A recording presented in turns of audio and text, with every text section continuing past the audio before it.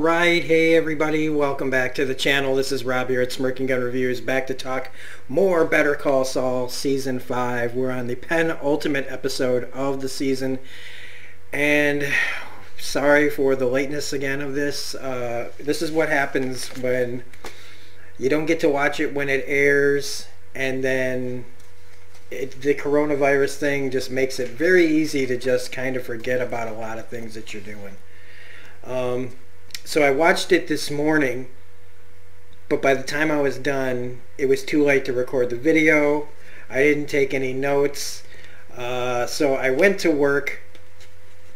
On my lunch break, I found photos I wanted to use. I started writing notes on the back of my expired ad signs from work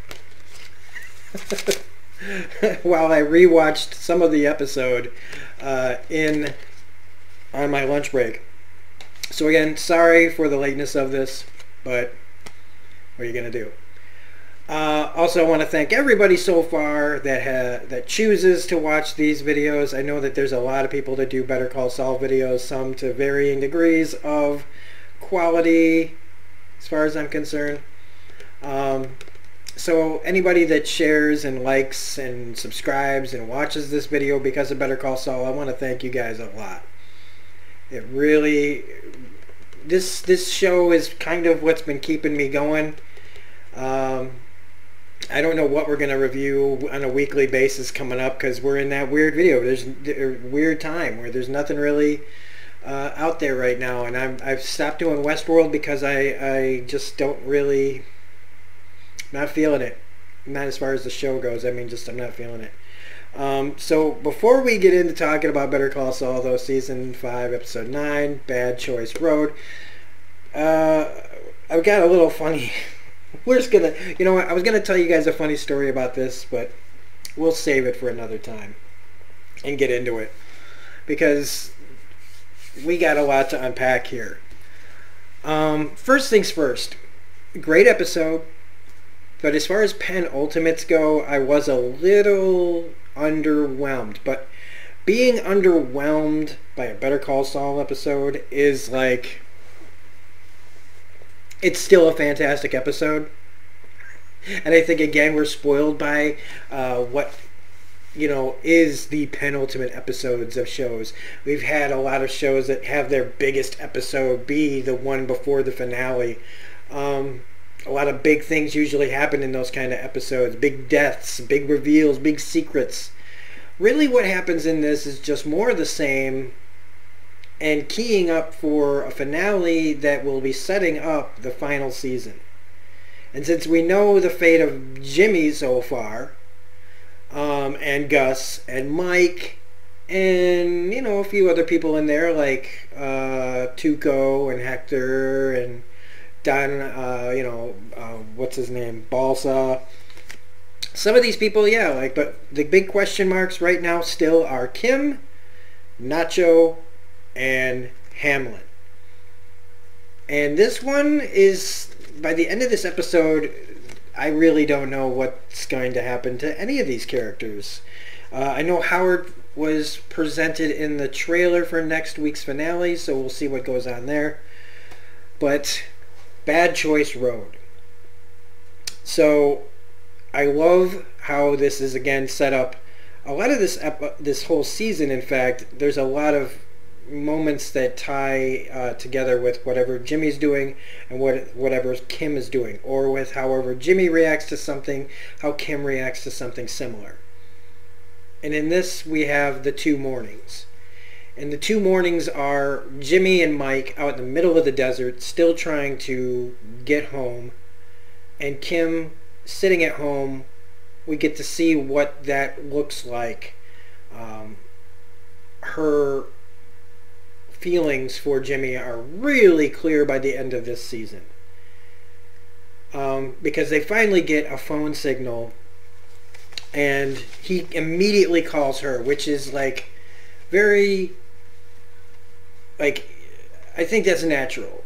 He thought he was going to die. He's in, you know, when people are in this kind of situation, I imagine that you call the person that you love first. I haven't been in a dire situation like this where I felt the need to call anybody ever, really. But I imagine him calling her and her reaching out, like, it's normal. It's a normal thing for somebody to do. Like, hey, I'm sorry I was out late, but this isn't exactly normal circumstances. And when she breaks down crying, I was really stunned. I did not know that they were going to write her to cry that hard and that emotionally. And while I knew she cared about him, the way that she openly wept out of fear and happiness and a lot of things, I think, all came pouring out in that moment, showing like, really, what the fuck have they gotten themselves into? And I feel for her, the strain is more outwardly expressed, while Jimmy internalizes it. She internalizes stuff too, but like when they're with each other, she seems to be the one that's more aware of her feelings than he is. He tries to compartmentalize it. He tries to keep her safe from telling her what really went down out there. I do also like the whole Something Stupid Like I Love You's playing. I thought that was really cool. The makeup work on Jonathan Banks and Bob Odenkirk, making it really look like they'd been out there feeling the effects of the sun, was really fantastic. It was so prevalent. It was so well done that I could not stop looking at them, believing that they really had been in the situation that they were in. $7 million to count. Bringing $7 million in like 10,000 bundles. That poor lady behind the desk. Like, that look on her face of just knowing, well, this is my day. It was pretty great. I mean, when she comes up with the extra money, like, hey, there's some extra here, shoving it through the slot. Now, the scene that we're up to here behind me is basically where we're all caught up to on the show. Lalo, just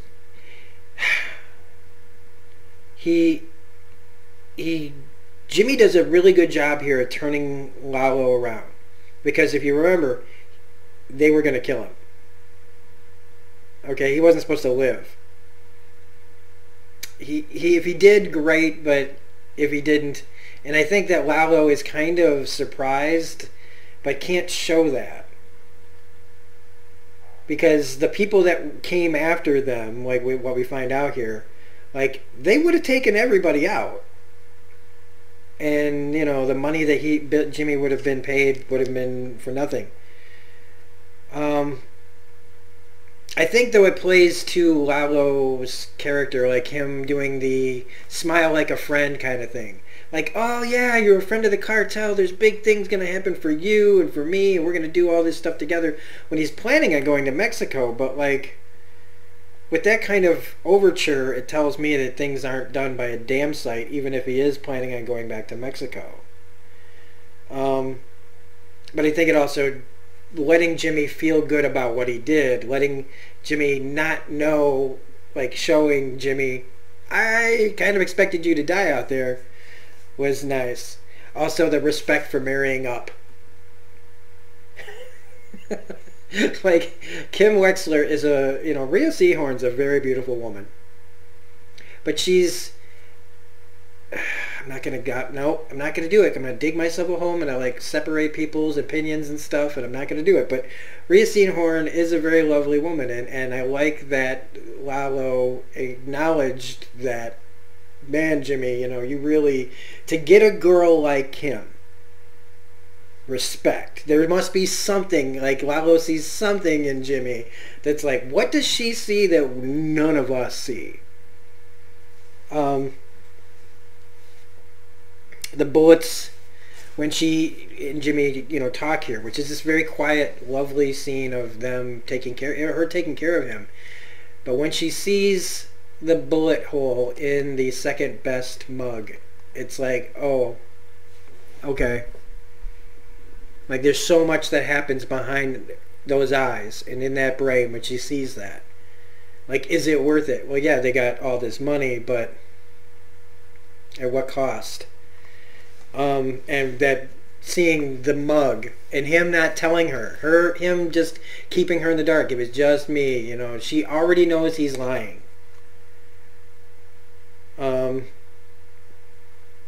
We find out about the Colombians, you know, when Mike has to sit down with Fring explaining everything. You know, they also talk about the guy that they left there and that they're sending flatbeds out to clear the place out. Nobody's been there, which was a nice foreshadowing moment as well for later on.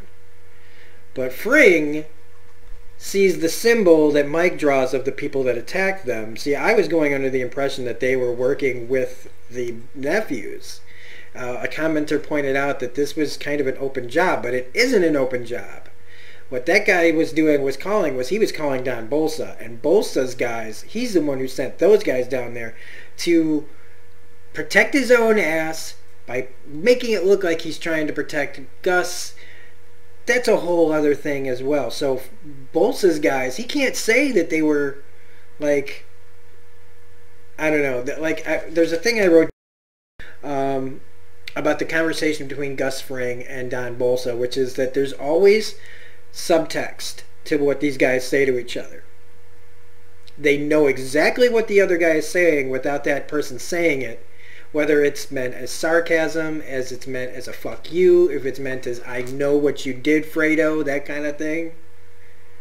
But they always don't say anything in a way that leaves the other guy pretty clear on what was actually being said in between the lines, the subtext, looking under the surface of what's being said. They do that to each other here. I hope your bad luck is over. What bad luck? They play this dance, this thing that they call, like Mike says, the game. Lalo's in it, Jimmy's in it, Mike's in it, Gus is in it, and Jimmy is trying like hell to keep Kim out of it. Like when they talk about the poor kid from Travel Wire. Was he in the game? One of the things that's interesting about the last couple of episodes is Mike's struggle with collateral damage ever since he had to kill Werner. And now he's talking about Nacho's dad. I'm not good with that. Kim not being in the game. Jimmy not being good with that. Now we know where some of this is going because it won't matter. We also see more about like the cold-heartedness of Gus. When we deal with Nacho's dad, talking about how if you have a dog who's bitten every owner it's ever been with, the only way to deal with that dog is through harsh, like, an approach to it, like, you know, a choke chain, that kind of thing, or you put the dog down. So basically, it's Nacho's never getting out. Gus has no intention of letting him go, and the only way Nacho's getting out is with a bullet in his head. And we know that Mike never really does anything. We can tell that Mike's never not gonna do anything about this. So it really spells pretty much really dire circumstances for Nacho. And if Walter White couldn't get away, and if Jimmy, who knows how his story's gonna end. I mean, it just feels like we're just waiting for how the hammer's gonna come down for Nacho. And that same hammer I'm starting to wonder about for Kim as well. Do I think Lalo kills her? No. I still deep in my heart of hearts I really don't think she dies. But they're really leaving it up in the air. Because and like I'm reading my notes as I'm talking to you guys. When she goes off on Lalo at the end, and him standing there with that 1,000-yard stare of his, and her, basically, it was like a courtroom, and she was arguing for her client. Her client was Jimmy, and I was scared as fuck during this scene. Not that he was going to straight up kill her, but just her standing up to this guy. See, he can sit there and he can stand out and he can walk out of that room and he can go to say he's going to Mexico, right? But it's everything he didn't say. They don't know how to read subtext about this situation yet. They might not know how to understand a lot of different things, but him not saying anything and just kind of leaving, hey, you can maybe breathe a sigh of relief this second, but you can't very soon afterwards. He's a mad dog. And you do not know what this guy's going to do, because she's also female. And I know that how that might sound to some of you guys, but like, it's a very machismo world down there south of the border. These guys have very specific ways of looking at women. And even though he says he has respect for Jimmy marrying Kim and Kim marrying him, I don't think he's the kind of guy that likes to be talked to this way. Speaking of Lalo and all that, I do believe that that was the last time he'll ever see Hector Salamanca again. When he goes and tells him, you know, we're going to find somebody that'll take care of you. You know, Tuco's getting out of jail soon. Let me throw that in there. But that look that he gives him when he leaves, you know, and he's like sitting there with a birthday hat on his head, which is great. That pissed off look of Hector Salamanca with a birthday hat on his head is priceless. That's got to be a meme by now. But that look he gave him, like, I'll be back, you know, don't worry. And this is, I believe, the place that he ended up in Breaking Bad.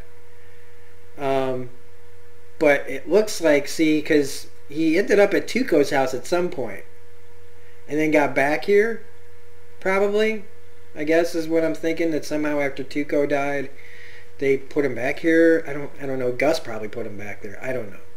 But I do think that this is the last time that Lalo sees him. The day off. So the next day, Jimmy's not going anywhere. Kim calls into work. I love this because a day off for Jimmy equals they're sitting there watching some like classic movie. He gets a phone call. It's from court. He can't sit at home. And so, stupidly, and I'm going to say this is stupidly, he goes to court. And in his condition, because of how he freaks out over the orange juice and the PTSD that he got from seeing all those people killed, he goes to court and he loses. And the funny part is he loses to the guy that he was always making deals with. The guy that he could have beaten probably in his sleep. Even this guy almost sounds like he knows. How did you lose this, right? He's like, how could you? This was a slam dunk and you fucked it up. And it was kind of funny. And he does look shell-shocked. But not just shell-shocked from PTSD. He really looks like he should not have gone to court. He just fucked up somebody else's life by going to court and thinking that he's fine. Her, on the other hand, she called in sick to take care of him without him to be there to take care of. She goes to work as well. Except hers is an even bigger extreme. Because when she gets there, she sees what she's accomplished. She sees what she's proud of, which is the pro bono work that she's doing. And she comes to the decision that we knew she was going to come to, or at least we thought she might come to, and that is she quits. And I thought that this was the underwhelming part I'm talking about, because this is a big goddamn deal, quitting Schweiker and Coakley and Mesa Verde. And we get no scenes with these people like at Mesa Verde to see how they react to it. We see what Rich is like, but it was just a very like wham bam, thank you ma'am, she's out of there. Next thing you know, she's handing her keys to her receptionist. I thought that would be a bigger scene. Now the Lalo scene at the end, which she goes all off on him, was a great big scene and showed off her acting talents and stuff. But I feel like it was a little bit of a missed opportunity to not go a little bit more into detail with Mesa Verde. At least. Fine with the conversation with Rich or whatever. And maybe it's still coming next week. I don't know. But she's done. She's back working pro bono. And, you know, where does that leave her? I mean, yeah, they've got a bag full of money. But I don't think I don't know. It was also telling that she went back for the little tequila bottle top as well. So they keep ramping up the concern I have for Kim Wexler as a character. And Lalo says he's going back to Mexico. But didn't he say that there's something else going on? And so we'll see what happens next week on the season finale of Better Call Saul of season 5. The penultimate episode before the finale, or before the final season. So really, next week's finale is a big deal. And hopefully they don't make us wait as long in between seasons as they did this last time. So that's all I really have to say about this. It was a fantastic episode. Can't wait to see where they go next with it. And yeah, so if you like this review, please hit the like button, comment, share, subscribe, hit the bell for all notifications. If you want to find me on social media, you can find me on Twitter at reviews_gun. You can talk to me, follow me, whatever you want there. Otherwise, we do all sorts of stuff on the channel. Right now we're doing our 420 movie reviews. And we do game streams on Twitch under Smirking Gun Plays. And look out for a couple of comic book videos coming up in the next day or so as well. So thanks again, everybody, for watching these. I really appreciate it. See you next week on that finale of Better Call Saul.